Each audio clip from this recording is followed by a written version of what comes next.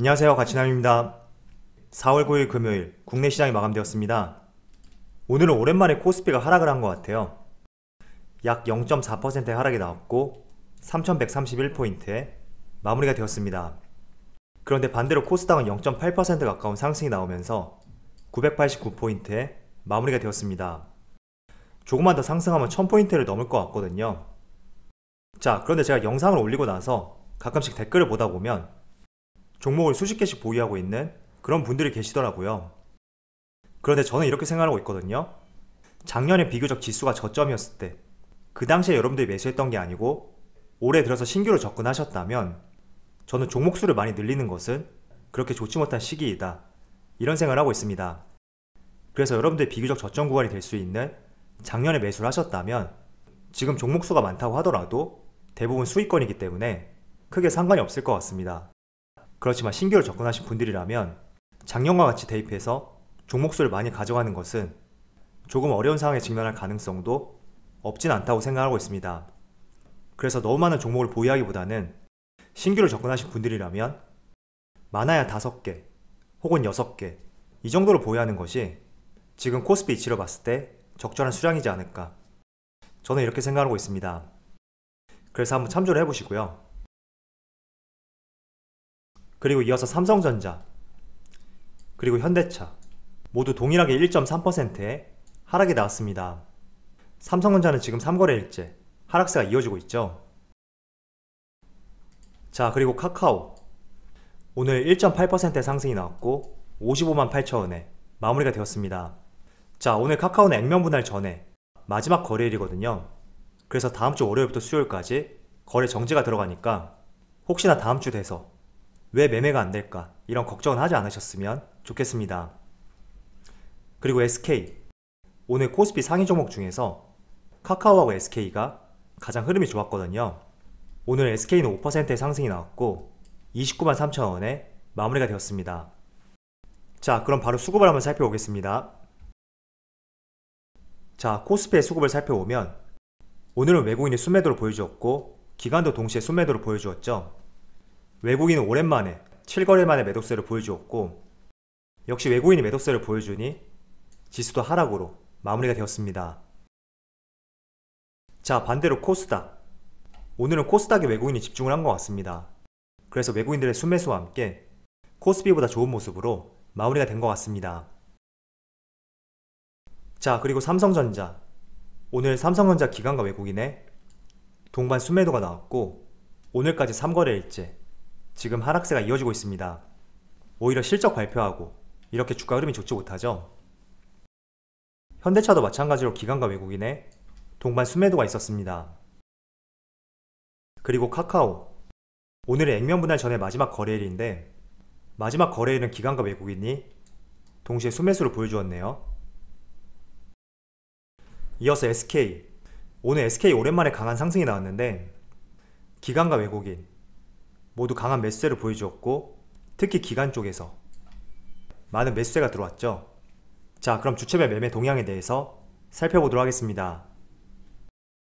4월 9일 외국인이 가장 많이 매수한 종목은 NC소프트, 두산퓨얼셀, SK, CJ제일제당, LG전자 이렇게 5종목을 순매수 상위 종목으로 올렸습니다. 이어서 기관을 살펴보면 SK, 삼성 SDI, SK바이오사이언스, CS윈드, LG디스플레이 이렇게 5종목을 순매수 상위 종목으로 올렸습니다. SK는 외국인하고 중복되는 종목이네요.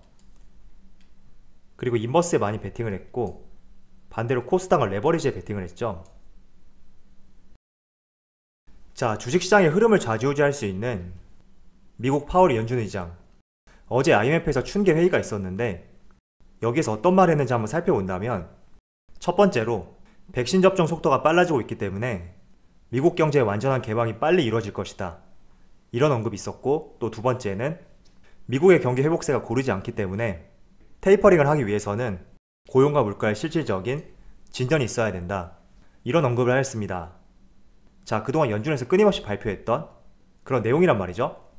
자, 그런데 우리가 연준 의장과 연준의 행동을 지켜볼 때 우리는 주식을 하고 있기 때문에 조금은 주식정의 입장에서 연준의 행동을 바라볼 수밖에 없습니다.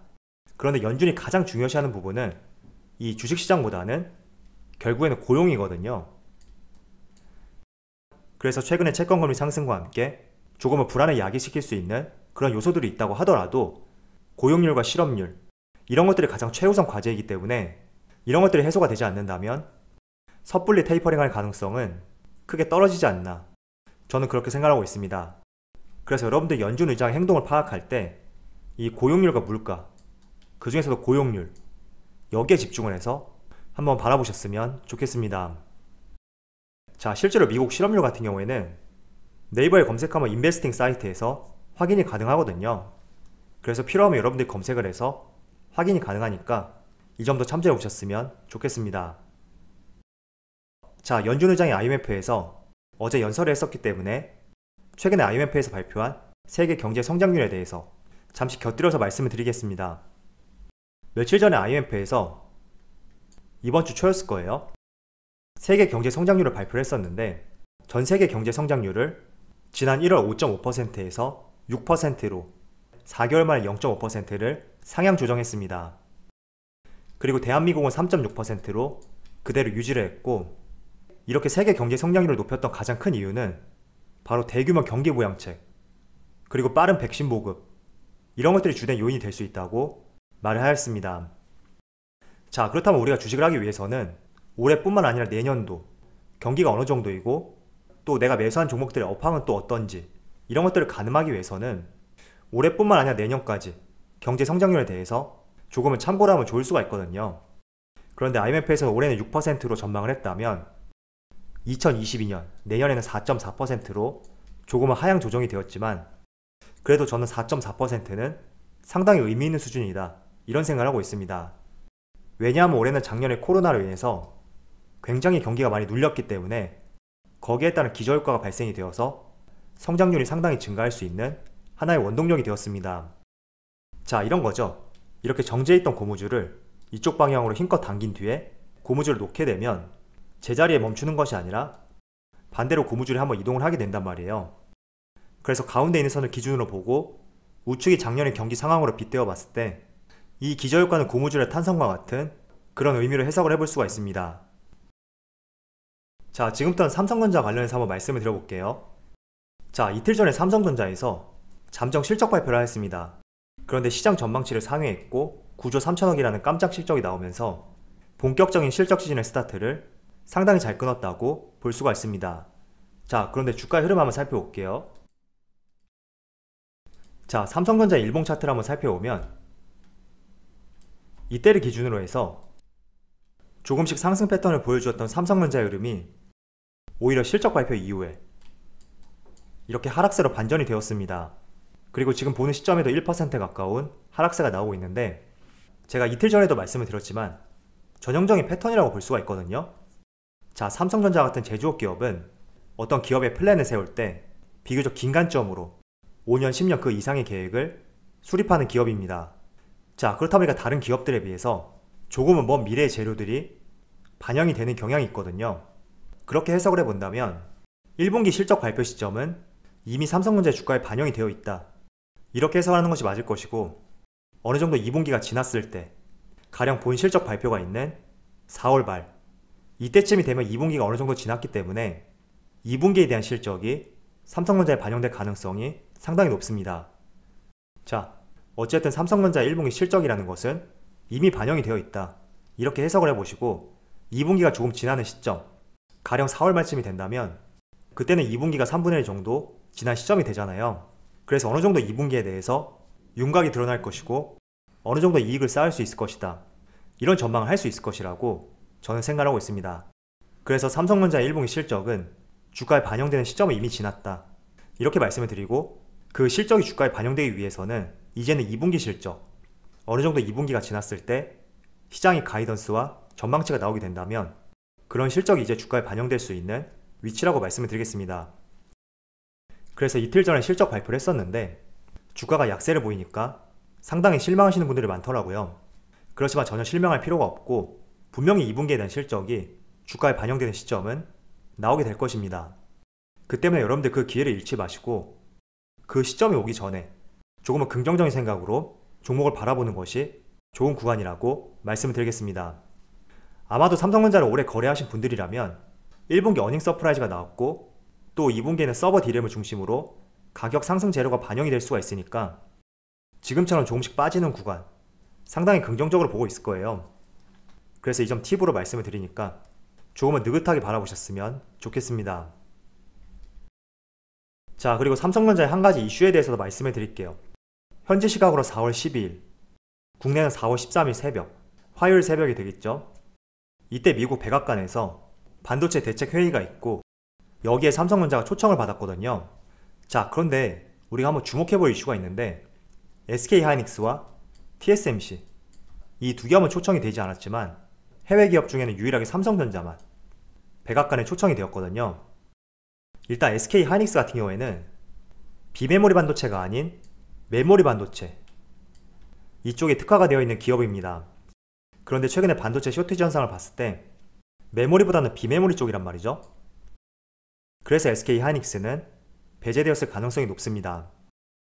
자, 그렇다면 TSMC 비메모리 반도체 선두주자인 TSMC는 왜 제외가 되었을까? 여기에는 두 가지 해석이 있거든요. 첫 번째가 쉽게 말해 단지 기업의 이름이 공개가 되지 않았을 것이다. 이런 가능성이 있고 또 두 번째는 삼성전자와 달리 TSMC 같은 경우에는 이미 올 초부터 미국 공장을 증설하겠다. 여러 차례 발표를 했었거든요. 그런데 반면에 삼성전자는 아직 미국 현재 생산 라인 증설 계획에 대해서 정확하게 확정하지 못하고 있습니다. 그 때문에 지금 백악관에서 삼성전자 호출을 통해서 반도체 파운드리 위탁 생산 공장을 증설을 서두르라는 하나의 강력한 압박이지 않나 이런 해석이 있거든요. 자, 그런데 삼성전자의 고객사는 미국만 있는 게 아니죠. 지금 미국하고 대립관계에 있는 중국 시장도 하나의 고객사가 되거든요. 그래서 미국 정부의 요구를 다 들어주게 해도 굉장히 난처한 상황이 될 수가 있다. 지금 그런 상황이라고 볼 수가 있고 그래서 화요일 오전에 백악관에서 삼성전자에게 어떤 요청을 하는지 이 점을 한번 지켜보시는 것도 중요한 포인트가 될 것 같습니다. 자, 마지막으로 이거 하나만 말씀을 드릴게요. 백악관에서 삼성전자를 비롯해서 반도체 대책 회의를 하는 이유 중에 하나는 두 가지 이유가 있습니다. 첫 번째는 최근에 차량용 반도체 쇼티지 현상과 함께 자동차 생산 라인의 일부 중단이 되었습니다. 그래서 반도체의 안정적인 공급망 구축을 위해서 대책 회의를 수립한다 이렇게 볼 수가 있고 또 두 번째는 중국 견제죠. 궁극적으로 반도체 분야에서 주도권을 확보해서 중국에 대한 견제를 강화하겠다 이런 목적도 있기 때문에 조금은 삼성전자 입장에서 난처한 상황이 될 수가 있습니다. 그렇지만 어쨌든 난처하다고 해서 대책 회의가 없는 것은 아니니까 우리가 화요일 오전에 어떤 이야기가 나오는지 한번 지켜보는 것도 상당히 중요할 것 같습니다. 자, 벌써 이번 주도 시간이 어떻게 갔는지 모르겠지만 정말 빨리 지나간 것 같습니다. 물론 오늘 조금은 하락세를 보여주긴 했지만 그래도 전반적으로 코스피 지수 조금은 안정세를 보여주고 있는 그런 구간이기 때문에 오늘 하루는 아쉬웠더라도 또 다음 주를 위해서 달려보셨으면 좋겠습니다. 자, 그럼 오늘 영상을 마치도록 하고요. 언제나 여러분들의 성공 투자를 기원하도록 하겠습니다. 감사합니다.